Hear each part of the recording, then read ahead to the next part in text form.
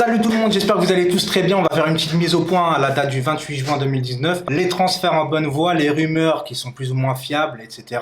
On ne parlera pas de Neymar dans cette vidéo car j'en ai fait une sur lui dans la précédente vidéo. Donc ceux et celles qui ne l'ont pas vu, je vous invite à aller la voir. Alors lundi, vraisemblablement, déjà devraient être présentés deux joueurs. Le premier, c'est Pablo Sarabia en provenant du FC Séville. Il est âgé de 27 ans, c'est un milieu offensif espagnol qui devrait être recruté environ dans les 18 millions d'euros, soit le montant de sa clause libératoire. Sachez que pour ceux qui disent « Oh, c'est nul », stop à un moment donné de vouloir toujours des stars, je me le répète, et vous plaindre chaque année que ça ne fonctionne pas. Il faut des travailleurs sur le terrain et lui, ça tombe bien, il bosse. La saison dernière, c'est 52 matchs, 23 buts, 17 passes décisives, toutes compétitions confondues. Le deuxième, c'est Ander Herrera en provenance de Manchester United qui arrivera gratuitement vu qu'il est en fin de contrat. Lui, il est là pour la rotation car je vous rappelle que la saison dernière, la profondeur de banc n'était pas la qualité du PSG. Ça reste un joueur avec une bonne vision de jeu, il a la faculté de jouer long, il est précis dans le jeu court, il est technique dans les petits espaces et il est très intelligent. Alors question rumeur, j'ai entendu que Leonardo pourrait faire venir Donnarumma, le gardien de Milan AC, en échange de 20 millions plus Areola.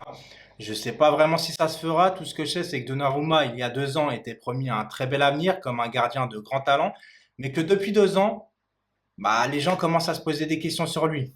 Donc on verra bien.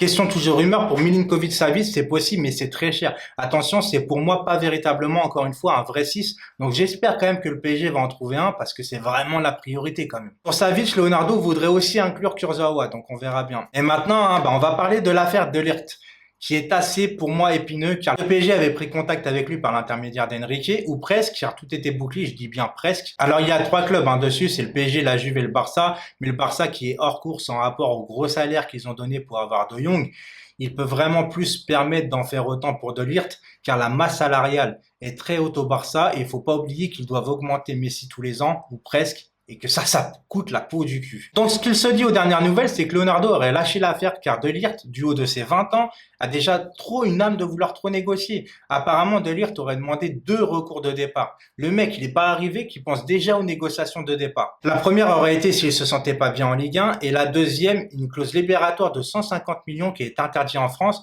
même si tu peux faire un contrat privé à part au Qatar. Donc Leonardo aurait dit stop, je veux des joueurs qui croient au projet du PSG et qui veulent avant tout jouer pour le Paris Saint-Germain. Alors moi, je lui donne 100% raison, mais attention, parce que Leonardo est aussi responsable de ça, je vais m'expliquer. Car oui, Leonardo était l'homme de la situation qui tenait le club, mais il faut pas oublier une chose, c'est quand il a ramené Thiago Silva et Ibra la même année, il les a arrachés à Milan, qui ne pouvaient pas les retenir. Parce que souvenez-vous, Ibra et Silva ont signé à contre-cœur à l'époque. Parce qu'Ibra, il l'avait déjà dit dans une interview, et Thiago Silva, rappelez-vous, il jouait encore avec des protège-chibia du Milan AC pendant un long moment alors qu'il était au Paris Saint-Germain. Ce qui pose question tout de même, est-ce qu'à Paris, les joueurs n'apprennent pas à aimer le PSG en y allant? C'est vraiment la question que je me pose. Ça peut se discuter. Parce que tous les joueurs issus de QSI, faut pas se mentir, même les Marquinhos, à l'ancienne Lucas, etc., les mecs du PSG, ils en avaient rien à carrer. Mais ils ont appris à aimer le PSG. Pour De Ligt, tu loupes un bon joueur, ça c'est clair. Mais la demande est vraiment trop importante pour accepter. Je pense qu'il vaut mieux un joueur qui a moins de talent, mais plus d'envie pour avoir une vraie équipe de gagneurs. Pour le reste, on va attendre, car fallait attendre juillet pour que tout se débloque avec le fair play financier.